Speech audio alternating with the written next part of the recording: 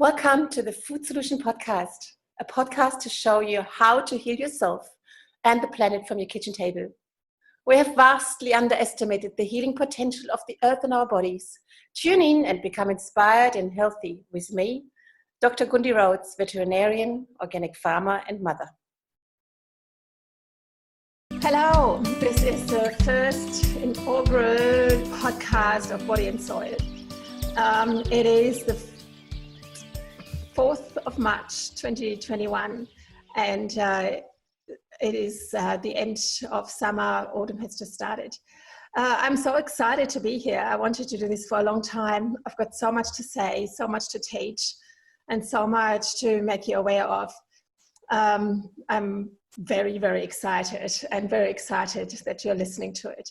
The name of this podcast is called Body and Soil. Save yourself and the planet one bite at a time. Another title that it could be would be Conversations from the Kitchen Table. So I'm in my kitchen, which is in Australia, in rural New South Wales, in a little town called Inverell, where I am a veterinarian. So the first thing I want to do is actually apologize for my accent, because I'm originally from Germany, and I never got rid of my accent. You know, I've been here for years. So apologies. I try to speak slow and clear. I tend to get excited over what I'm talking about. So I will promise that I will slow down and make it understandable. Who am I? I am a veterinarian and a mother. I've got 3 children that are from teenagers to early adults, 14 to 21. And I moved here to Australia because of love, as one does, and I ended up on a cattle property.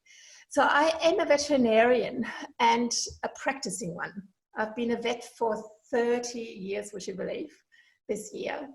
I studied in Hanover in Germany and became a vet, spent a few years in England learning the ropes, and then came over to Australia and left Europe, came over to Australia and ended up on a cattle property of my then husband. And that is where I learned cattle farming and what it means to be a farmer, what it means to be in Australia, certainly how beef in this country is grown.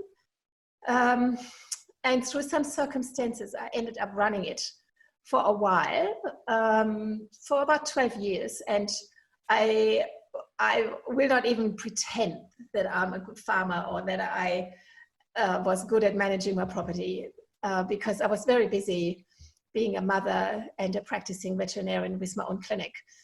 So that is not my claim to fame. But my claim to fame maybe could be, or is, that I know a lot about medicine, about animals, about nature, and about farming as such, and mainly the connection between farming and health.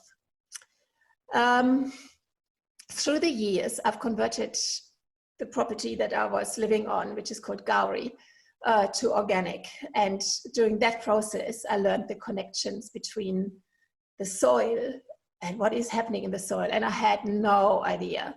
And you probably don't have any idea either. And what it has to do with the food that we eat. And then I discovered over the year what it actually has to do with our health. So what do I want to do with this podcast? And who am I talking to? And why am I doing it? And what do I want to teach you? And who do I think should listen? And who should you give this podcast channel to? And why? Why am I doing it? I could just not do it and go out and enjoy myself and not do a podcast. But there is this human thing in us that once we know something, and we think it's important, we want other people to know this too. So this podcast is for everybody that eats. That's everybody. Everybody has to eat at least 3 times a day. maybe twice, maybe 4 times, but we all have to eat, and without eating and drinking, we, as you know, we simply can't live. Who in particular will this be for? This will be in particular for young women. And why for young women? I will tell you later. It is for anybody that has been touched by illness, which probably is everybody.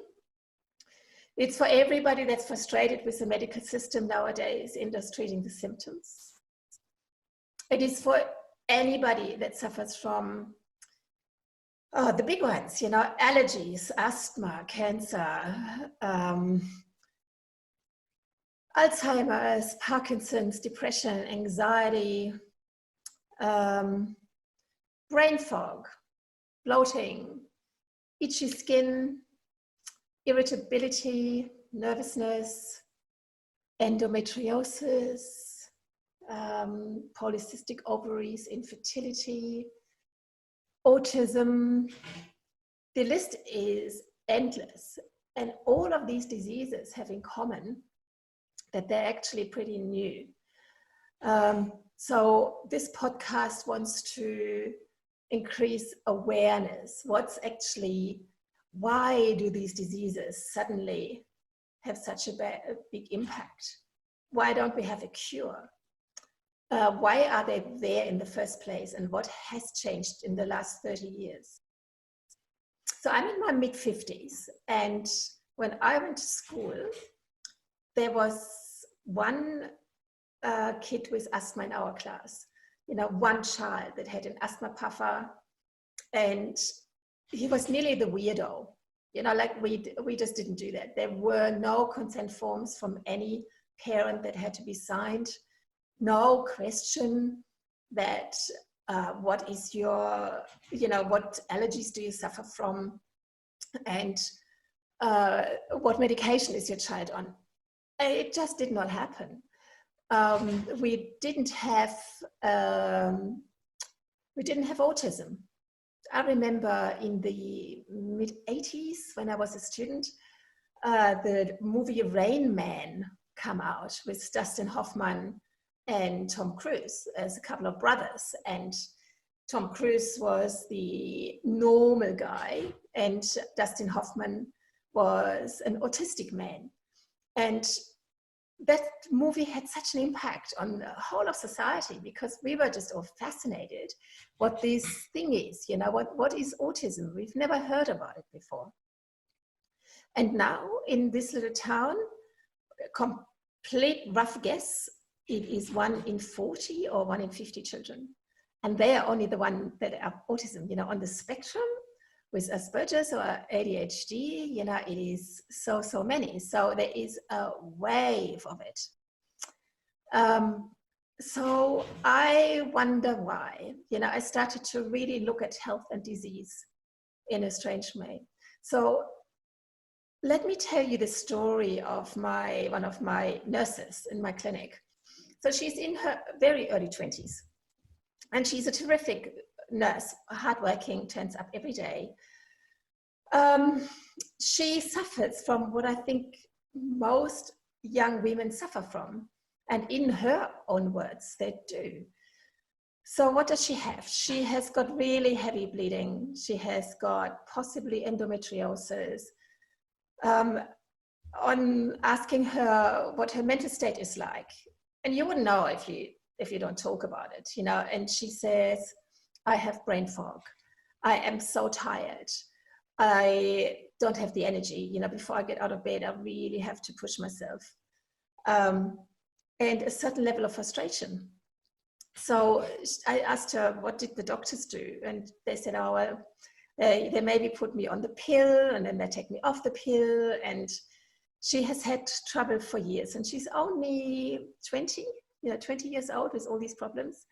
And it's not that when I was young, we didn't have period pain, but this is going now beyond anything, you know, and so many young women, it seems to be a wave of endometriosis and polycystic ovaries. We know statistically that 1 in 4 women nowadays is infertile and 1 in 3 men is infertile. So that is striking. And I asked her then, and, tell me, climate change, like the state of the world, coronavirus, the melting ice caps, you hear about this? And she said, yeah, sure, and said, does it scare you? Does it freak you out? And she answered, do you know what? When I was at school, I could not sleep. I was terrified. I don't want to have children because I don't know what world I'm bringing them into. Now that is so sad, that young people nowadays think our world is so damaged and so broken, that I won't have children anymore. And when you look at it, there's been a lot of broken worlds. We had wars, we had famines and world wars. The world has never been that great. It's never been heaven on earth for a long, long time. And there's a hell of a lot of us. But what's happening nowadays is existential. And I think it's a real existential and probably justified fear. Because ecosystems are collapsing. So this podcast of mine wants to show the problems for sure, and every one of your listeners probably have one or more of these problems. I could imagine that you have asthma, migraines, woman hormone problems, mental challenges with anxiety, that you have got members of your family that have got cancer, that you have got maybe older members of your family that are going down with dementia. And that is what's happening. The statistics of our health problems nowadays. Oh, and not to forget obesity and diabetes and lymphoma, brain cancer in young children, and the autism wave, mental health wave, and I've done medicine for 30 years plus 6 years at uni. So 36 years I have had my head in this space, and I work with animals, admittedly every day, but the clients come through with their problems as well. And as a country veterinarian, it's only a little town, you talk to people and you get the family histories of disease as well. So the dots started to connect for me. And before I continue any further, I just want to tell you not to despair, but to listen. And there is so much hope out there that we can turn climate change around and ecosystems destructions, and you can turn your own health around and that of your family. So you're not a victim of, oh yeah, like I'm going to get cancer, I'm going to be one of two, and I can tell you, you will be one of two. Like if you don't change your diet, your chance of giving birth to an autistic child will be 1 in 3. In about 9 years' time, those trajectories are probably true. We went from 1 in 5,000 to 1 in 48, rising, and in a few years predicted 1 in 3, which then is a complete collapse of society, But if you're a young woman, it's hard enough. I'm a mother, it's hard enough being a parent. And it is super hard, if you have a child that is born, with autism. So I want to show you in this podcast how all of these things are actually connected. I want to show you that there's so much hope that you can change your life really easy. It's not complicated. It's like one decision and one choice, of changing what you buy, and therein lies your power.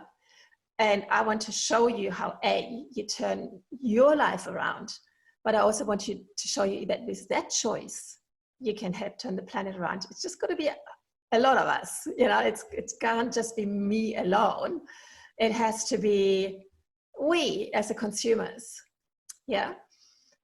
So the answer how to do that is actually quite simple.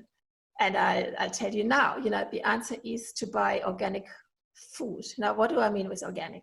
Because that's, whenever I say that, people say, oh, they say one of two things. One is, organic is actually not organic. And I say, well, that's not actually quite true. And the other is, does it really make a difference? And I say, yes, it does. And the perception is, oh, it's actually not that much better. But then even when people do think it is better, then I notice that most people know that it's better for them. And that's great, life is always about us, we're in our own body, we're in our mind, our own soul, us and our families and our children, extended family and friends, and then that might be as far as our compassion maybe go, yeah. But with you choosing organic food, you are also absolutely saving the planet. And I will not explain this now in this podcast. I will do another one. I will do heaps of them because there's so much to know, and I want you to know these things because it's important. But by the choice of eating organic, you actually help save the planet. Organic means no poisons, no pesticides, littler farms, mixed farms, and it's the poisons, the pesticides, that I will talk a lot about. So one choice of eating organic, you will give your body a break. You will eat more like we always have eaten in the last 3 billion years, since life began. And you will also save the planet. As I say, one bite at a time. We just have to do it. Now, the problems that I want to solve for you is one for your own body. I can, with all my experience as a veterinarian, I can tell you that 90% of health is due to what you eat. You are what you eat, in a nutshell.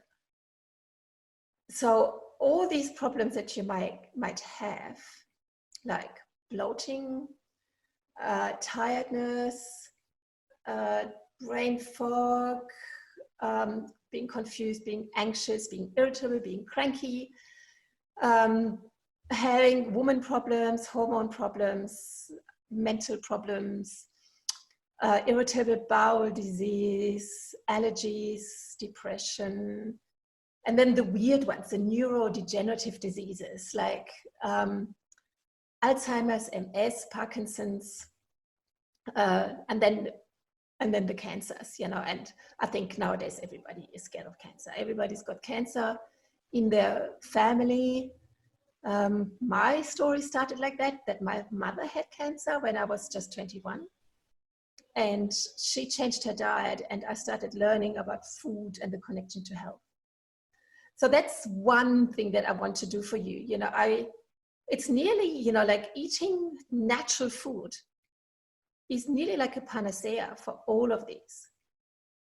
I'm not going to tell you to go and eat a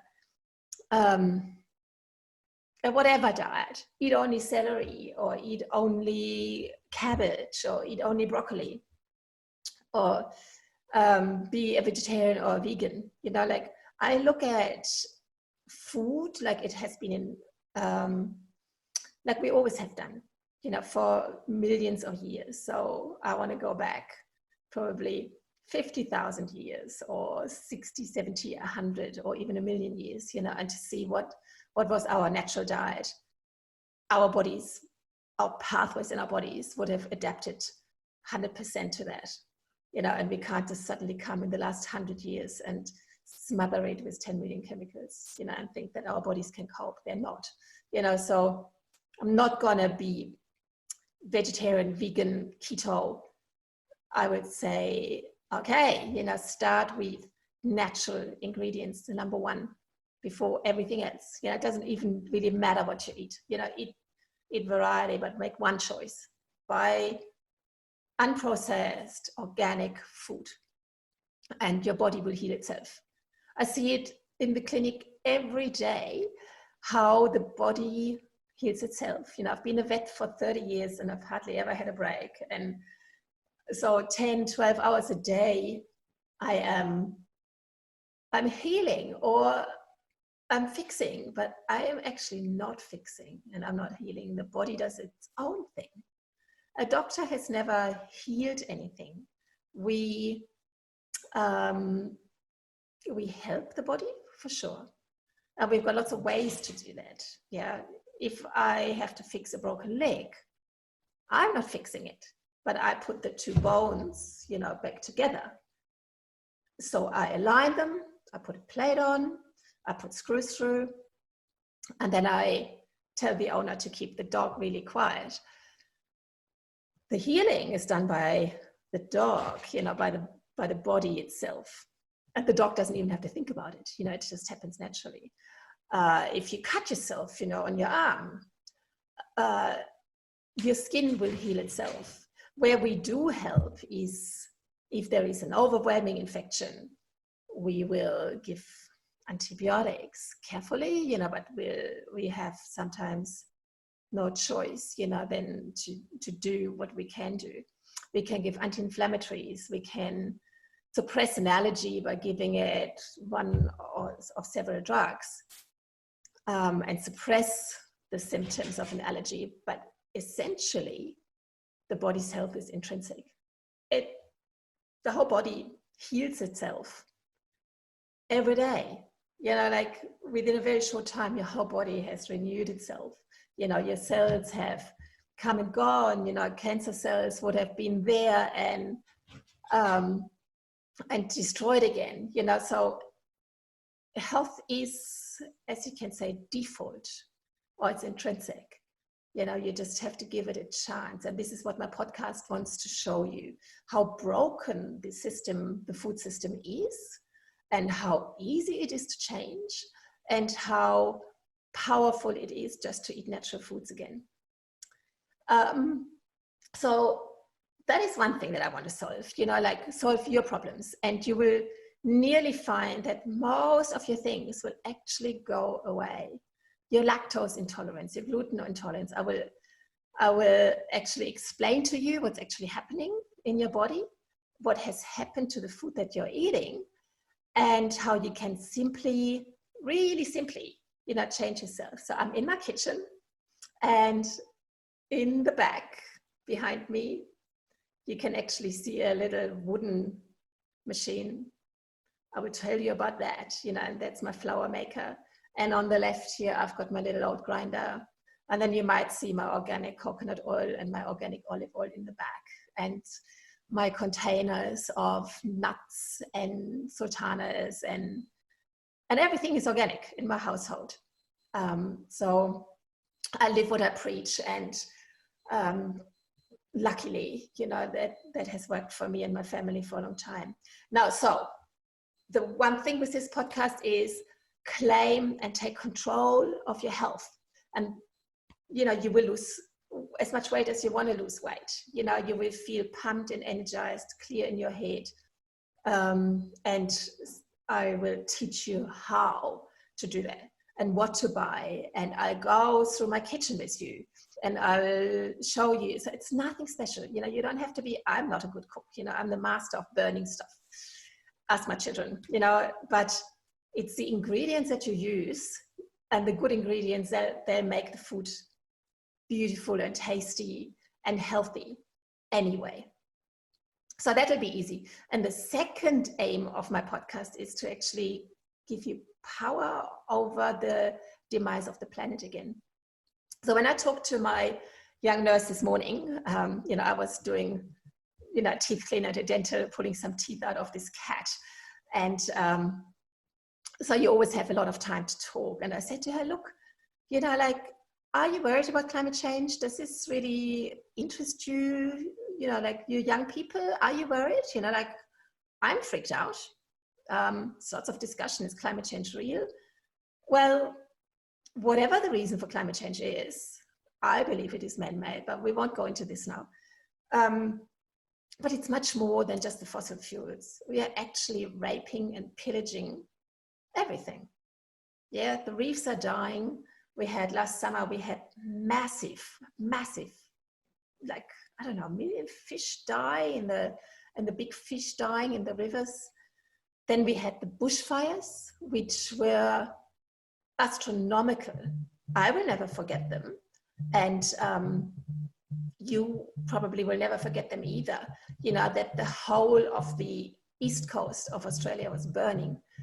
The fires went down to the beach, and I'll never forget this picture of children on the beach in Port Macquarie, looking in just a wall of fire.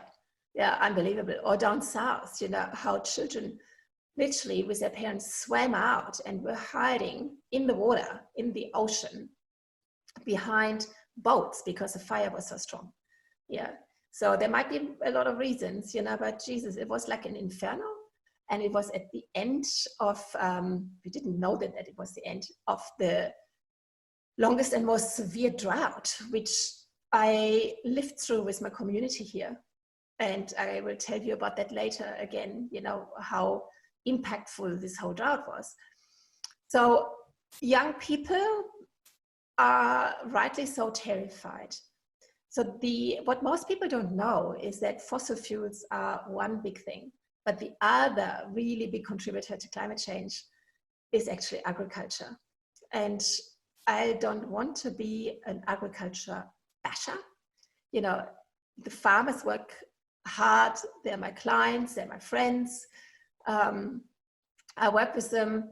I know how tough they do it, and I know how what great people they are. I know that how much debt they have, how much they care for their animals, and how they love their families.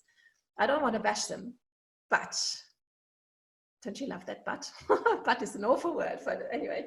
But the system is pretty broken because all farming, but organic farming and regenerative farming, which I talk about later, all farming is nowadays chemical farming.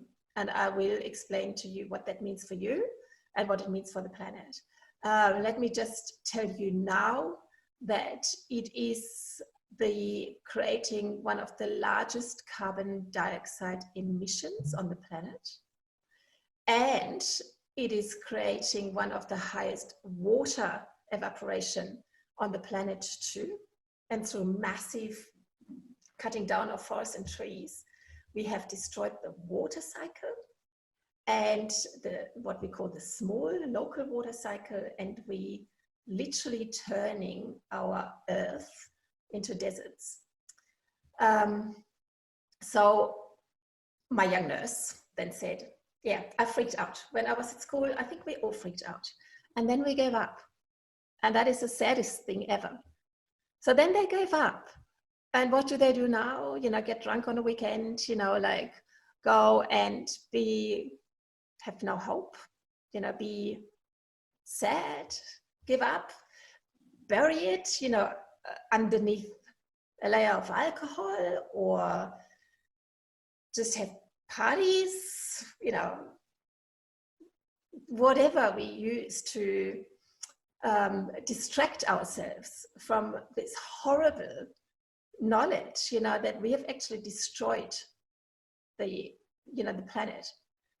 And you will know that we've done that, you know, whatever the reasons are. There are multiple reasons, you know, but the reef is dying, the coral is bleaching.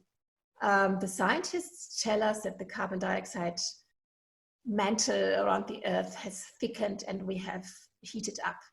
We are seeing the polar bears drowning, and we've had heat waves in Siberia, and the world, you know, like you nearly feel like, oh my God, you know, is the sun going to come up again tomorrow? That's what I felt like when we lived in the drought, and you wake up and it's smoke everywhere and it's hot and nothing is like it used to be. And it's really scary, you know, and the more you know about it, the more scary it is, you know. So most people actually choose not to care anymore. There's a human thing in us. When a problem gets too big, then we play dead. Animals do it, you know, and beetles do it, play dead, you know, lie on the back. And we as humans, we do this too, because we, you know, like, and I know that when a problem is too big, what do? You go home, you drink, you put the TV on, or you make yourself busy and have another, whatever, you know, start a new hobby or sleep. And when you still don't know how to fix it, then quite often you do go into depression and into fear. And when fear is there, you can't think anymore. And it's, I think the climate change thing and the coronavirus is in those spheres where it is too big for us and you feel really, really helpless. As an individual, you know, I can take the bike instead of the car to go to town. I can use the bus instead of the car. What else? I can put solar panels on the roof of my house if I have enough money to do so. And then I do my sums and I think, oh yeah, you know, like I can afford it. And then the government changes their rebates and suddenly you can't, you know, so it's risky. It is getting better, you know, but those sort of things are trying to decrease fossil fuels.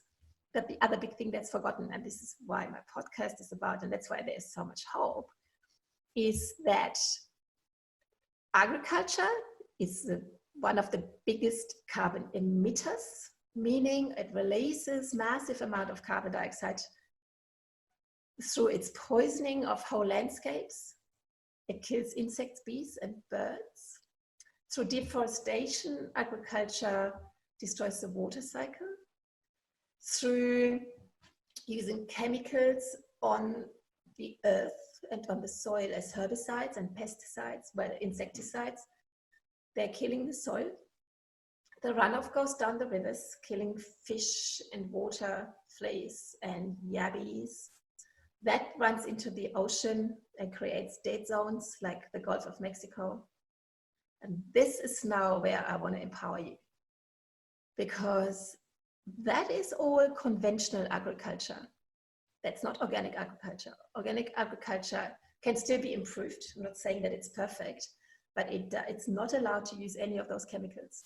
So that is the big hope. Panacea. You know, there's not many panaceas on this planet, you know, but how we grow food is one of them. You as a consumer, if you're 20 or 80 years old, man or woman, doesn't matter, you know, you can make that one choice, you know, that you actually choose to buy organic food. And therefore, you know, that you haven't been part of the whole poisoning of the system. And that is the hope that I want to give you. You know, it just has to be enough of us, you know, many of us. And that's why I want to do this podcast, because I want to sit here on the kitchen table and I want to tell you guys, you know, like you don't know, and that is not your fault, because who lives in the country? Nobody knows how food is grown. You drive around, you think, oh, that looks really nice and green. And I drive around nowadays and think, that looks green because of nitrogen fertilizer, which is bad for the planet and bad for you, because it's been, you know, treated before with Roundup, bad for the planet, bad for you. You know, like it looks spotless, you know, the apple that you buy, because it's so poisoned that not even a worm can live on it anymore. That's how I look at food. And then I look at the disease that it causes. And then I feel really sorry for everybody that's sick. And then I look at the medical system, which treats the symptoms and not where it comes from. You know, it's just like, that's where we grow food. And we do it not in a healthy manner.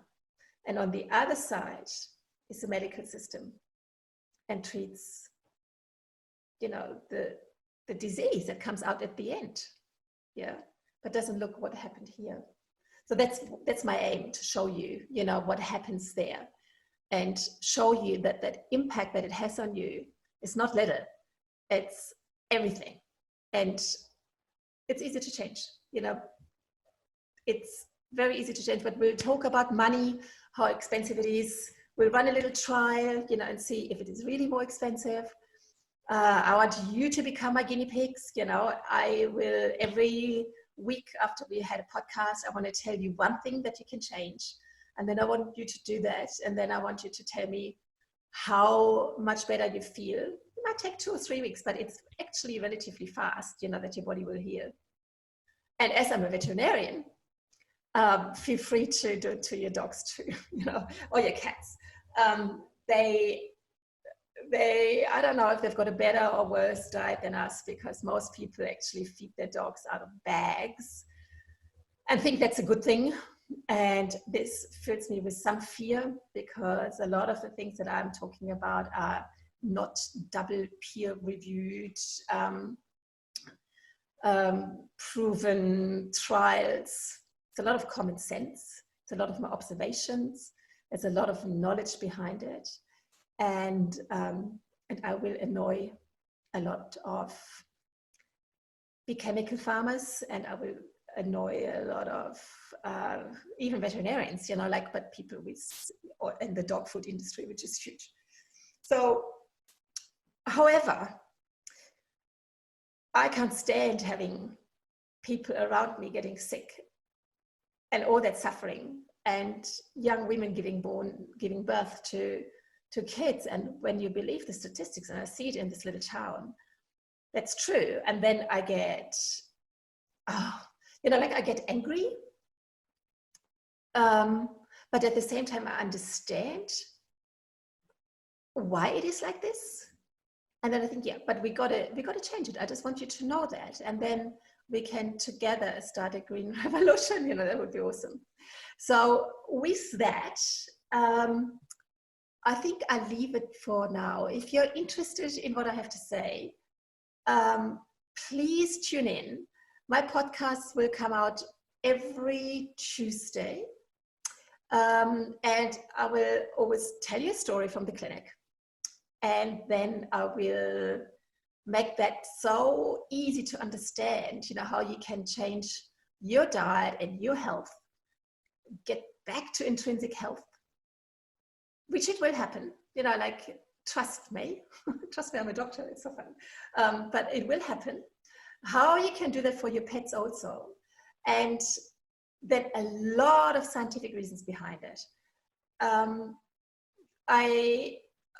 From, you know, like, my knowledge is from biochemistry, chemistry, physics. Oh, I wasn't very good at physics, you know, but all of the sciences are behind me, plus 30 years of experience. So it's not that I am not believable, or that I don't know what I'm talking about. You know, like, I lived on the land now for over 20 years.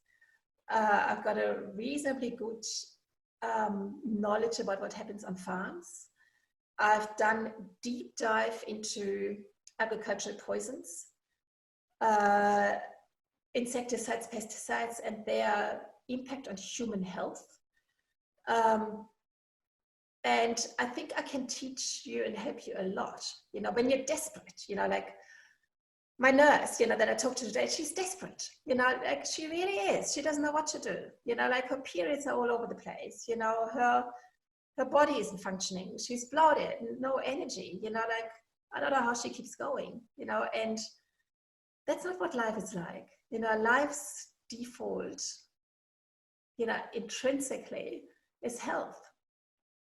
When I make you realize how health is yours to take, you know, I always like to say this,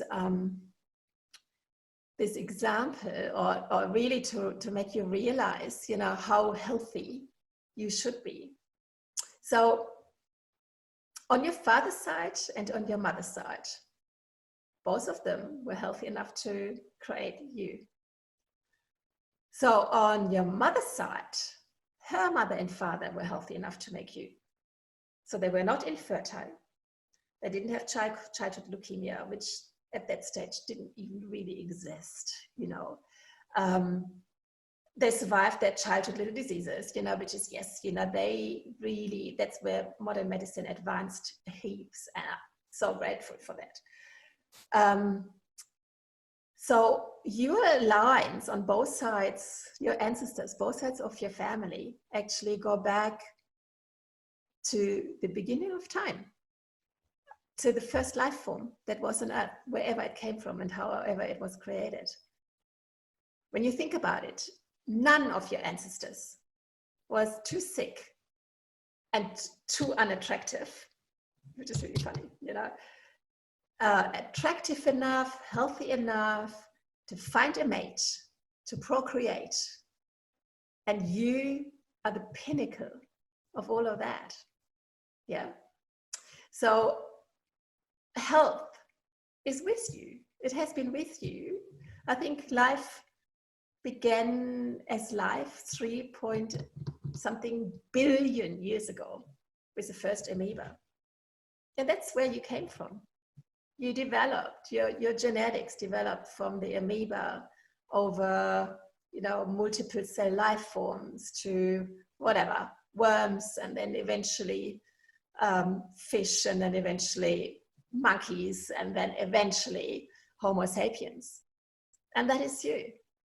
You know, so that is what we do. That's what our body is absolutely master for doing that. So trust me, believe in me, believe in intrinsic health, you know, that is with you. You just have to stop poisoning it. You don't even know how you're poisoning it every day. And let me get you back to vibrant, energetic self that can believe in the abundance of health. And at the same time, even if you're not aware, you know, you will save the planet. And this is your big hope. If we change agriculture, which is 50% of the land mass on this planet is used for agriculture. Yeah, so that 50%, and then a lot of it is cities and towns, you know, and then we have got some wildlife, you know, areas or uninhabitable areas like deserts and mountains. But most of the land mass where humans are, we use for food production. And that is your big choice. You know, you can either have toxic food production or you can have non-toxic. And that is the same. It's the same. Healthy for you, healthy for planet. You know, like we are a part of nature. You are nature through and through. You know, and we'll go into that too. I will tell you about gut bacteria. I will tell you about hormones. I will tell you about your sugar. I will tell you about depression. I will tell you about how the soil life, that the soil is alive, is essential.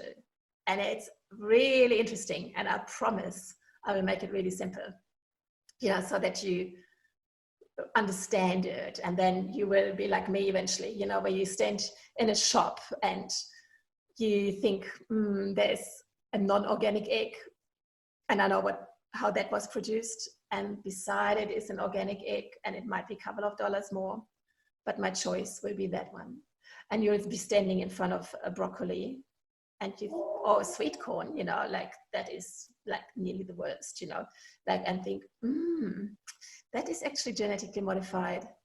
I don't want to buy that, but I go to the organic section, you know, and I buy the organic version of it. And you will know why you do that and why you might spend more money. It's actually not that much more. We'll do some experiments and I'll let you know. If you want to get in contact with me, I work in the little town of Inverell in Australia, in New South Wales. And my clinic is called Gundi Vet Clinic. This podcast is called Body and Soil, or How to Save Yourself and the Planet One Bite at a Time, which is just so true. And I'll tell you all about that. And I hope to see you again, hear you again, talk to you again next Tuesday. And I will promise, you know, that I not always talk by myself. You know, I will eventually, when I get all my stuff on the table, I will actually get other people to talk to as well. I will have examples and I will always tell you stories from my life as a vet, which is entertaining because it's a great job. Now, let me just give you one example just to tell you what sort of stories you can get from me. So tonight I had a little Daxi, and her puppies are 5 weeks old. And she came in shaking, Her heart rate was completely irregular and over 200 beats per minute, which is like nearly double of what it should be. She couldn't stand up anymore. She was distressed, she was panting, and her body temperature was about 41 degrees. So little Mocha comes in, and as a vet, you pretty much know what's wrong with them, you know, but I ran a blood sample nevertheless, and it turned out that nothing else wrong, but one mineral is missing: calcium. She has got milk fever. So she has puppies, and lots of puppies, and they suck her milk, and in the milk, as you all know, is a lot of calcium, and her own body was running out of calcium. And so that one mineral that was missing had all these different symptoms: shaking, irregular heart rate, really fast heart rate, pale gums, bloated stomach, couldn't pee, collapsed, couldn't walk, fever, you know, we had that already, and really frightened, you know, like the, you know, her face expression is like, oh, you know, like, oh, what is happening to me, you know, like really, really like schizophrenic. So we put a catheter into her arm and then put her on an ECG to monitor her, confirmed that her calcium was low. It was 1.6, and it should be, you know, at least double that. And we started injecting calcium very slowly, you know, it took about an hour, but we injected calcium so that, and then the more we did that, the more her heart rate went even. Sooner or later, she started vomiting because her stomach, you know, movement came back. Then her bowel movement would start again, and the ECG would get, her heart rate would get slower and slower and more regular, and she calmed down, she stopped shaking, her body temperature went back to normal. So after an hour, we sent her home, and she's just as normal. So the two things that this always brings to my mind is, like, one mineral, one of many, there's many minerals, I think about 15, you know, that we need. One mineral is missing, in this case calcium, and the body can't function. Most minerals have got more than one reason, you know, to be. Like magnesium has got lots of functions. Selenium has, I think, over whatever, 80 or 100. We'll talk about that one day. Magnesium is in 300 different body functions. Zinc, fatty acids, sulfur, and so forth, you know, iron. You miss one of them and your body will die. And that is what I will talk about, you know, where did the minerals go? Where did the vitamins go? What happened to our proteins? What is happening? And then you will understand, like I do, you know, why health is actually not happening nowadays in most people. Yeah. So then, and how so much we don't know, you know, like I've done medicine for 30 odd years. I could not create a food with exactly the right mineral balance, you know, in the right form to be absorbed. We have to trust that food is doing that for us. And if it's not, you know, then we would never get it right. So be inspired. There is so much hope. It is so easy. And we can turn this around so fast. Click in, tell your friends. For me, this is a big step because, believe it or not, I am relatively shy, you know, in putting this out there. This has taken me a long time of learning, thinking, preparing, and having the courage to do so. But I got to, because I think I know more than most people about this, because it's my passion and it's what I'm doing and what I've done for a long time. So please, Tuesdays, click in, share your friends, and see you again at the Body and Soul podcast. Bye-bye.